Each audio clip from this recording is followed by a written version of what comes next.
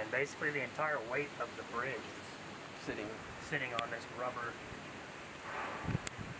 It's a neoprene, but it's really what I would say 80-90% of bridges that are built now sit on neoprene.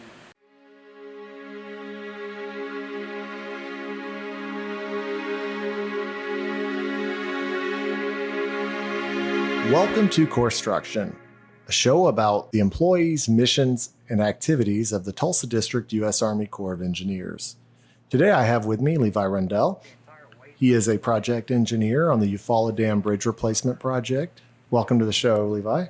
Thanks, Brennan. Glad to be here. So tell me about the project and a little bit of the unique aspects of it. Okay, so this is a fairly large project, large scale. We are completely replacing the Eufaula Bridge, and that is the main bridge that goes over the dam structure at Eufaula Lake, which is the main structure that diverts water from the lake to the river downstream. We have completely replaced the bridge. So the bridge was originally built back in 1960, so it's quite an older bridge, and it definitely needed some work. It had some structural concerns with the concrete holding up the bridge. And so through this project, we've completely demolished the bridge, and we are now in the process of rebuilding a new bridge. And with that, bridges at a lot of our lakes, they're a little bit more intricate than your typical highway bridge. One, of course, being that it goes over water, over a lake, as compared to typically over land. Additionally, these are over our structures, which are manually controlled gates. So we also have to have a large series of catwalks, platforms to hold the equipment that controls the gates. Through this project, we've also replaced the torque shafts for the gates, which are the main rotating masses that control the gates. Think like an axle to a car wheel. We're replacing the axle as well. So a few different phases with this project that we're doing. So you guys, a lot of the damage the bridge deck suffered was due to, wear, people driving across the dam, especially in 2015 when we had the flood. We started seeing a lot of cavitation on the roadway.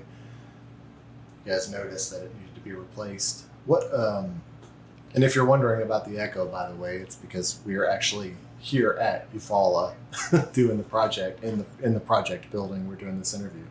So you guys noticed that the bridge deck needed to be replaced, and you start the planning process. And you guys, when did you start construction actually?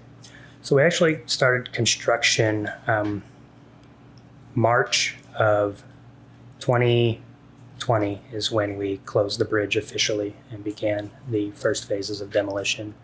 And we really, kind of to back up a little bit, it wasn't just the bridge deck that was in poor shape.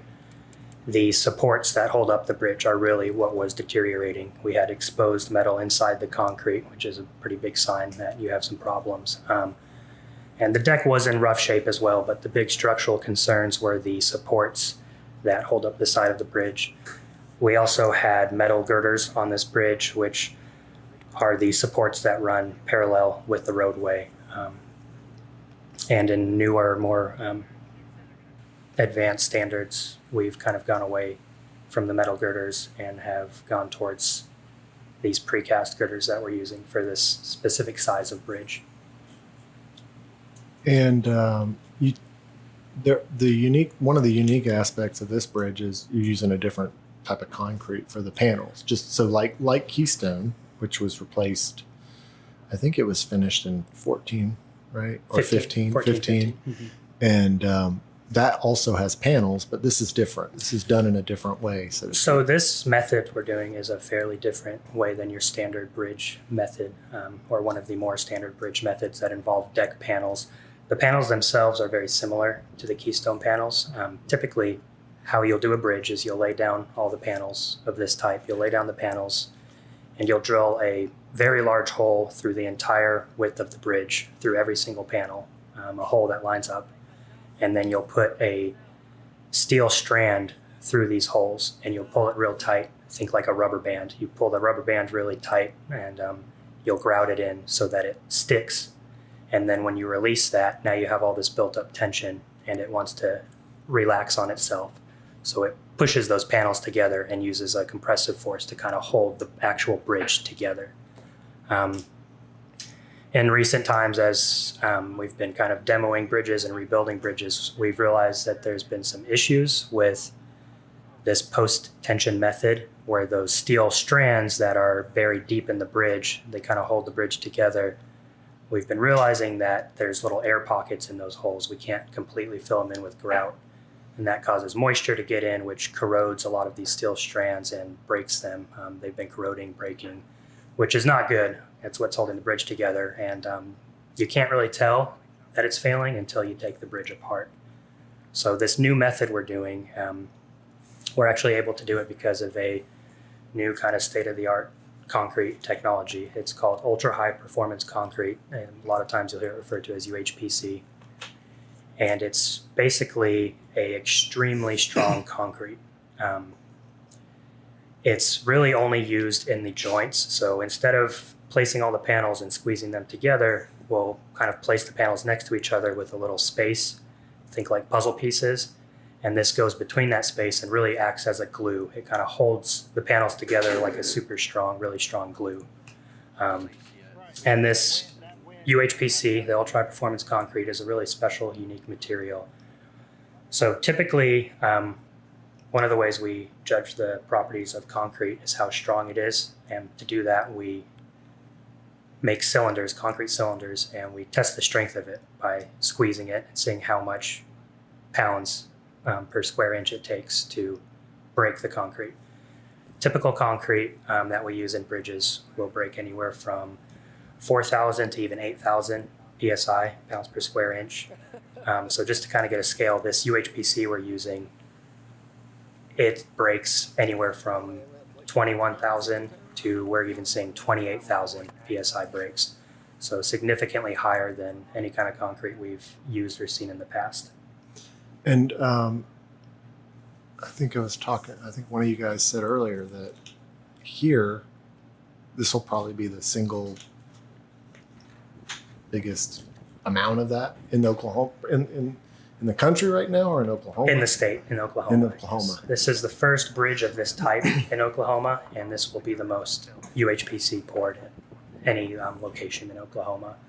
This process of using the UHPC for these bridges, it's fairly popular in Europe, and it's becoming more and more popular in the U.S. It's common on the East Coast as well as the West Coast, and now we're seeing it for the first time here in Oklahoma. Wow. And now one of the aspects of this concrete, because we don't really know the formula because it's patented. Right? It's all patented. So, we don't know all the ingredients or anything like that, but we do know that there's like really tiny slivers of steel in it, right? Which is correct. So what does that do? Or how this concrete really differentiates from typical concrete. Normal concrete has aggregate or pieces of rock throughout the concrete, and that kind of helps give it strength, hold it together, create surface for the grout to stick. This UHPC does not have any aggregate, it has no rock in it. What it has instead are thousands and thousands of tiny, very small steel fibers. They almost look like pieces of hair. They're so thin, very small, within an inch to 2 inches long. And they dump these fibers into the mix, basically in lieu of the aggregate. And that gives it a lot of tensile strength, which concrete doesn't typically have. Typically, concrete is very strong and compressive and not strong in tension. Additionally, I've talked to Dr. Royce at the University of Oklahoma. They've been working with the Oklahoma Department of Transportation, who has been kind of partnering with us in this project. They've been working a lot with us on this, as it is one of their highways, and they've been a huge help. And we've been working with them and the University of Oklahoma, and Dr. Royce is kind of an expert on this UHPC, and he's described it to me that one of the ways this concrete is so strong, the reason they can make it so strong, is they found a way to take out a significant amount of air out of the concrete. So it's very, very dense, extremely dense. And if you think about the molecular level, taking the air out of that allows all the molecules to be closer together, which allows for a stronger bond between the molecules. So that's fascinating that they figured out a way to make it. I mean, that's like almost what 5 times strong. What you said, it was about 5,000 to 8,000 pounds. Typical is 5 to 8, and we've seen breaks at 28,000. Oh wow, yeah. So that's like more than 5 times. Yeah, we're looking at 3 to 4 times the strength, and which is just crazy.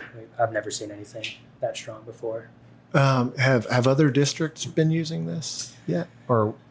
So currently, there's really only 2 patents on the project. One is from a company called Lafarge in Texas, and they're kind of the experts on it. They're the go-to that anyone who's building these kind of bridges utilizes. The other ones who have a patent is Erdic, and they've been doing some serious studies on the UHPC.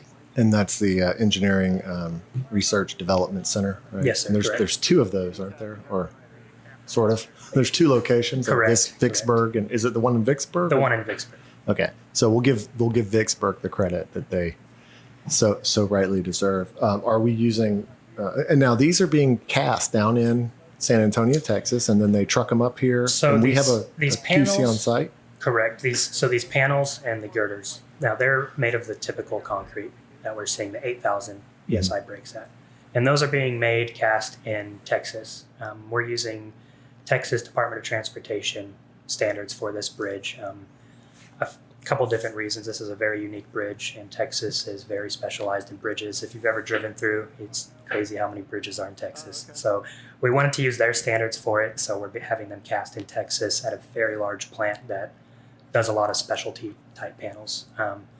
And we do, so one of our benefits of partnering with ODOT is ODOT has their own QC at the plant that we're fabricating these at, and he's been doing an oversight for us, kind of, and helping us with the QC. Making sure that the panels meet the specifications. Making sure we're getting what we're TxDOT, right? We're asking for. Right.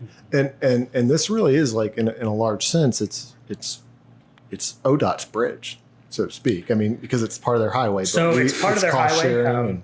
It is. They've contributed a lot. Technically, it's our bridge since it's over our structure. Okay. But they've been helping us with oversight and cost and everything.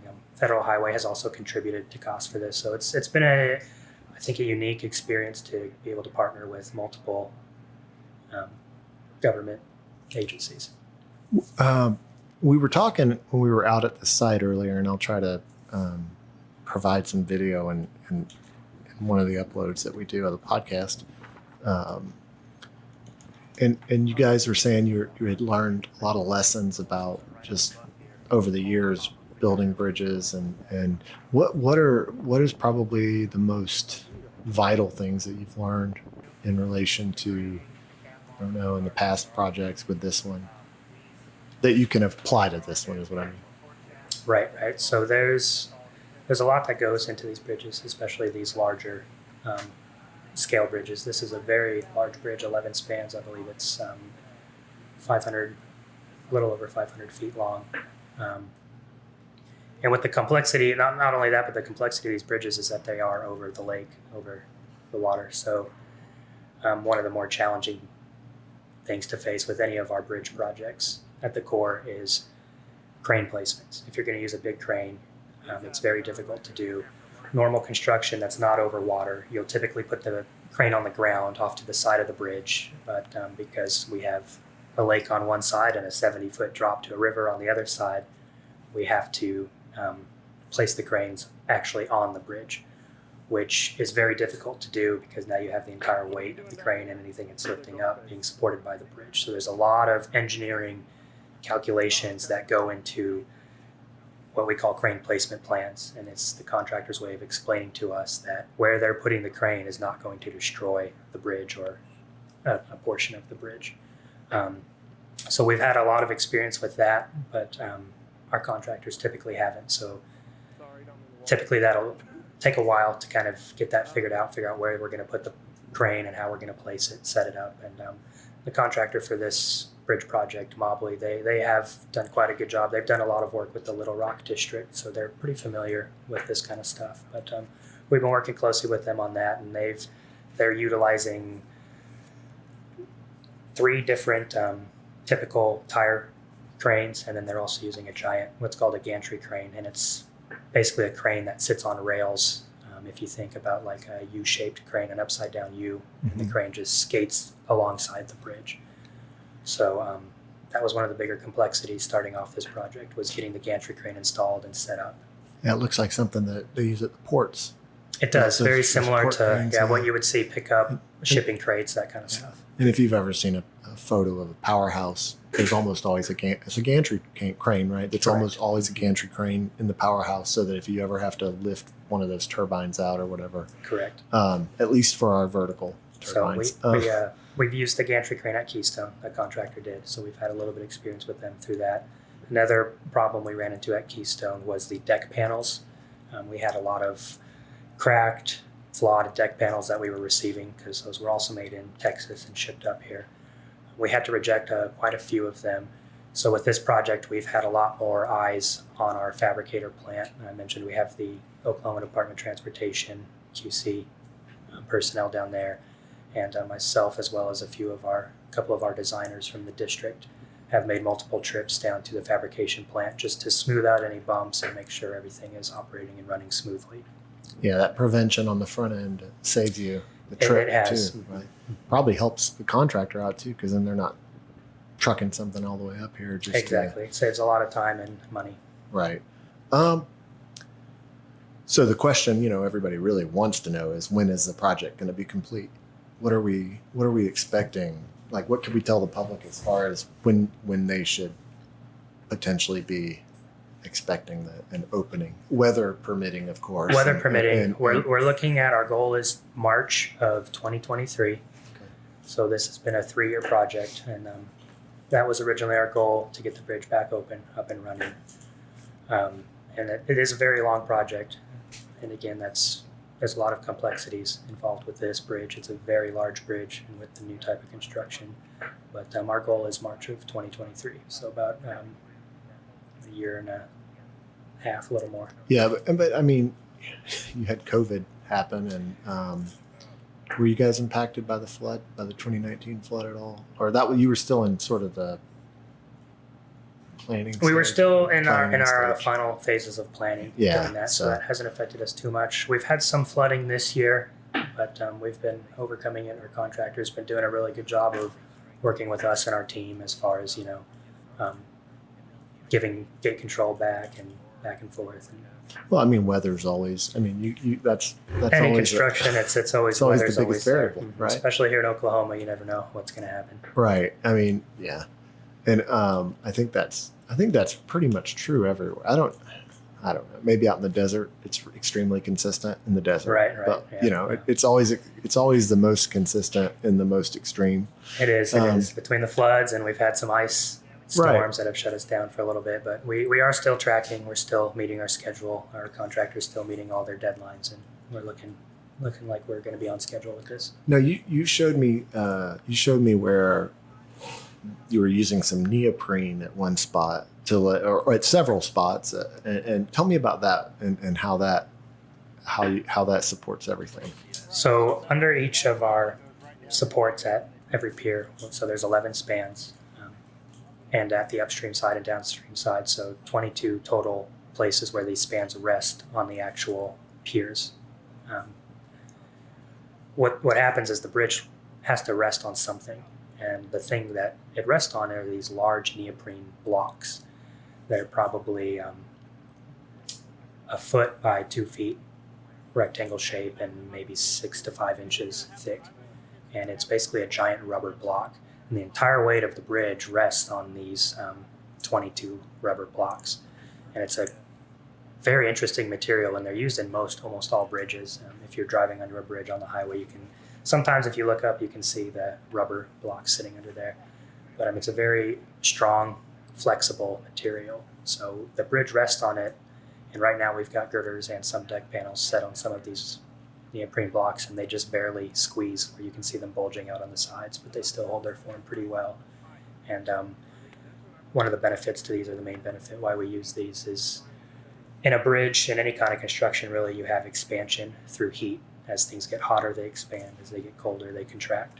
And these allow for the bridge to expand. It gives some flexure to it so that we have a little bit of wiggle room.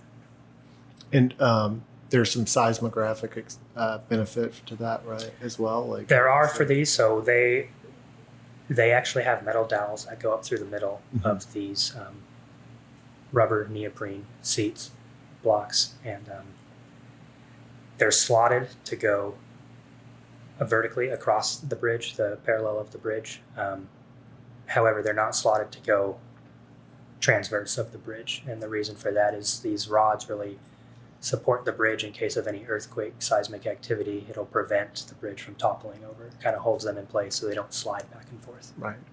And you're also, I mean, like the entire catwalk for below the bridge deck has also been replaced. So. For below the bridge deck, the old catwalk system actually hung from the top, from beneath the bridge. It hung straight down from the bridge. And since we've replaced the bridge, we've also replaced the catwalk, which is the main means for our hydropower office to access the bridge controls. So we've put a new inset catwalk that sits on its own. It spans from pier to pier instead of hanging down from the bridge, and it's a little bit wider, a little bit beefier. Yeah, that'll help them when they're trying to get their tool. You were saying their tools and stuff. It gives them a little bit more room to work around, and they do a lot of work down there. You know, they do a lot of maintenance, and they control the actual bridge gates, so it'll give them just a little bit more room. What is there anything that I haven't asked you that I probably should have asked you, or that you really think really is important to note about this project that maybe I haven't considered?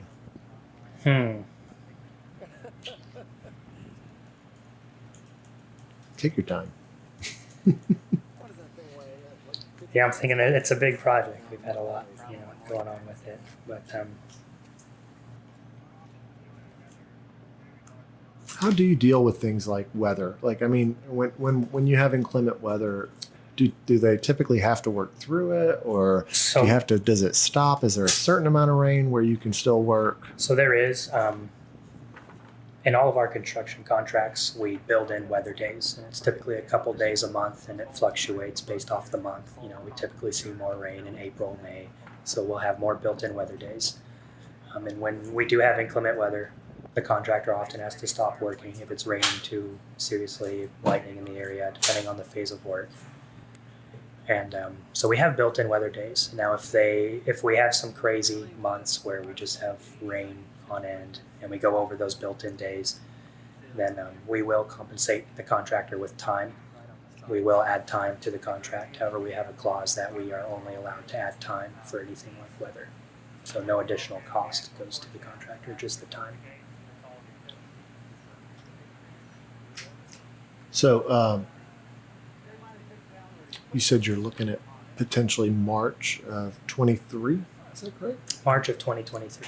March of 2023. Okay. So that's if we're not done by then, and if there isn't a major storm, then you can be angry with us about it. Call me.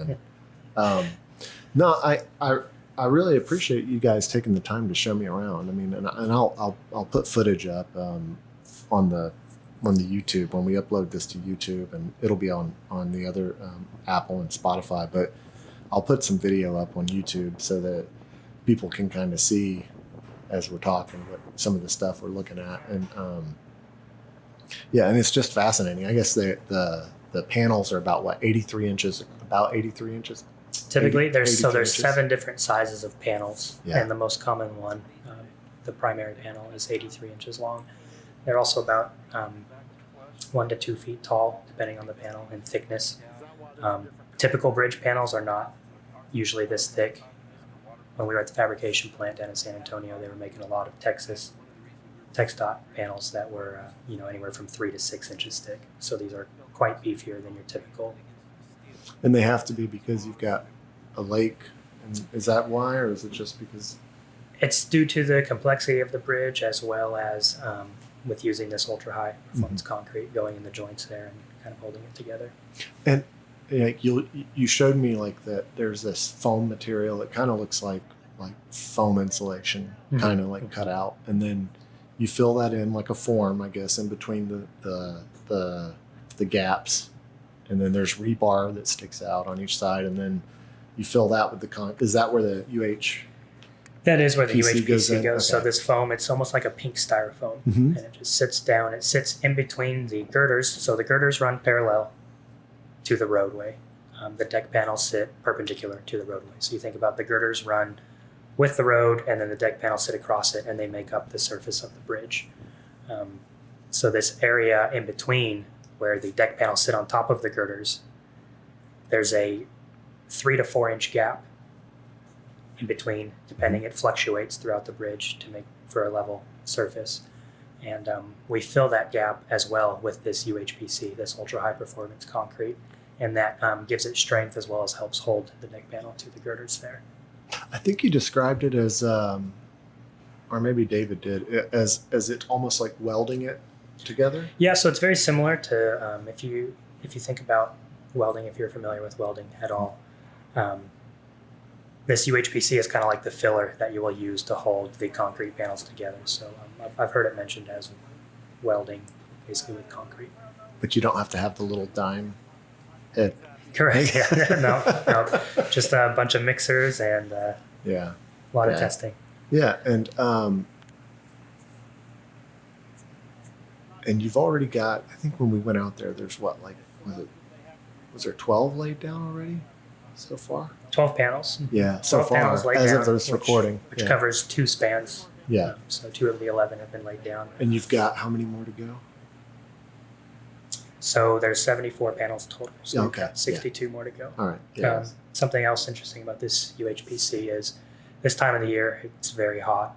Obviously, we're in Oklahoma summers. It's very warm, and to try to help with the temperature, combat that, because temperature can affect your concrete significantly, especially when it's wet and being poured before it solidifies and cures.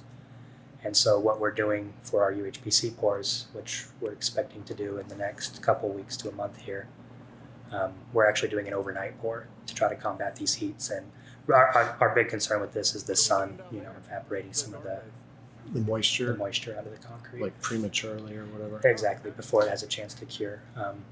So we are going to be doing some overnight operations here and pouring our UHPC at nighttime. Yeah, that's kind of interesting with concrete too. Now, I've seen people pour concrete, right? Mm-hmm. And you got your truck there, it's spinning, and they throw in these fiber. What is it? I think it's fiberglass. I'm not sure what the fibers are, but there's like they'll have this little bale of fiber, Mm-hmm. and they'll break it and start throwing it in there Right. to like. That's supposed to add strength, right? Right. But with this stuff, you've already got this steel strands with Right. it. So these steel fibers actually act very similar to the composite fibers you're used to seeing. Okay. Oh, those are composite. Right. Typically, they'll be like a carbon fiber or some other. Okay. And there was one more thing that I was going to ask you just now, and I can't remember what it was.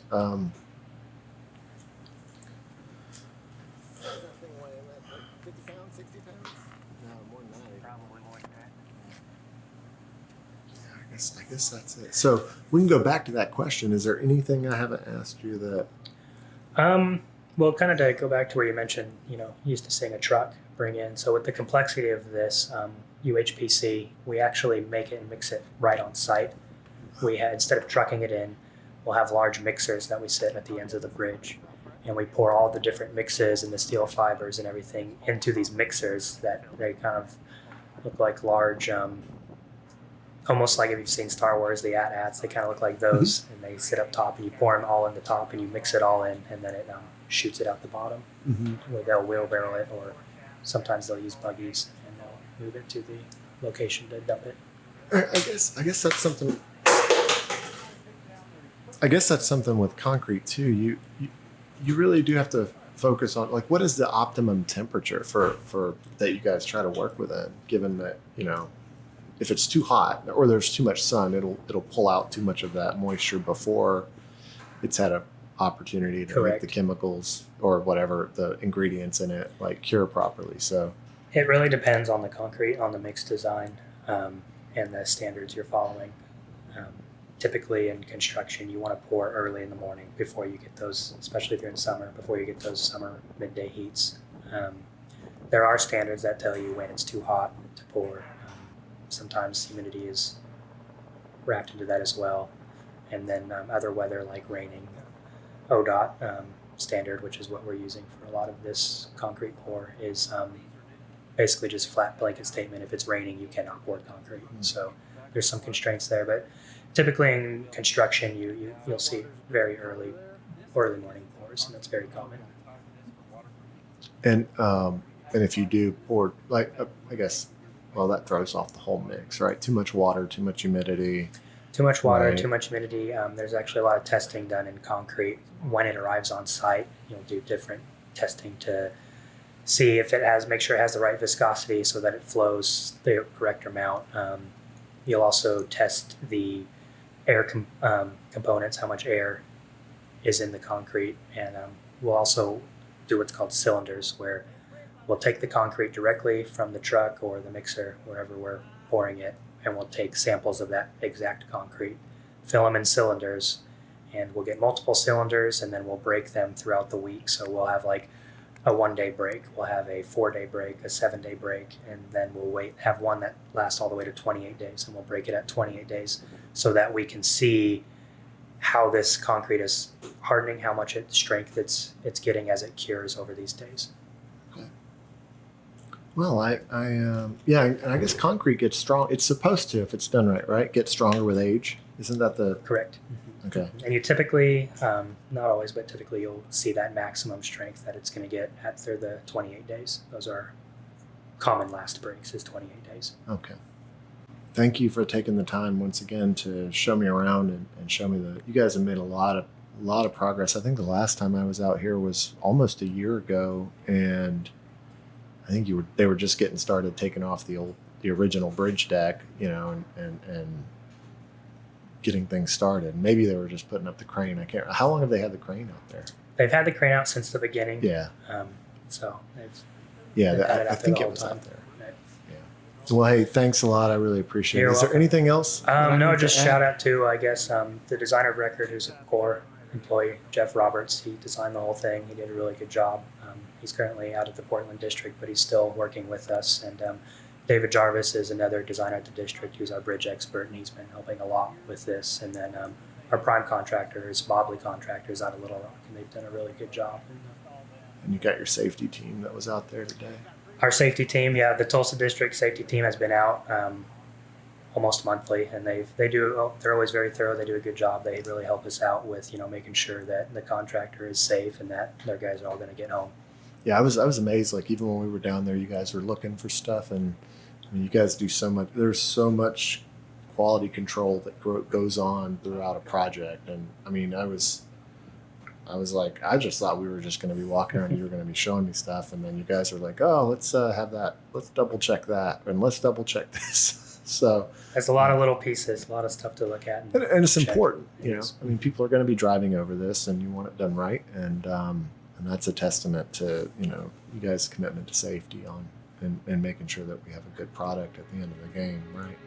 Thank you for joining us for Corpstruction. Corpstruction is a production of the Tulsa District Public Affairs Office. This episode of Corpstruction was brought to you by the Engineering and Construction Division of the Tulsa District U.S. Army Corps of Engineers. To learn more about the Tulsa District, you can reach us on the web at www.swt.usace.army.mil. You can also reach out to us on social media on Facebook, Twitter, LinkedIn, Instagram, at USACE Tulsa, all one word. Thanks for joining us. Have a great day.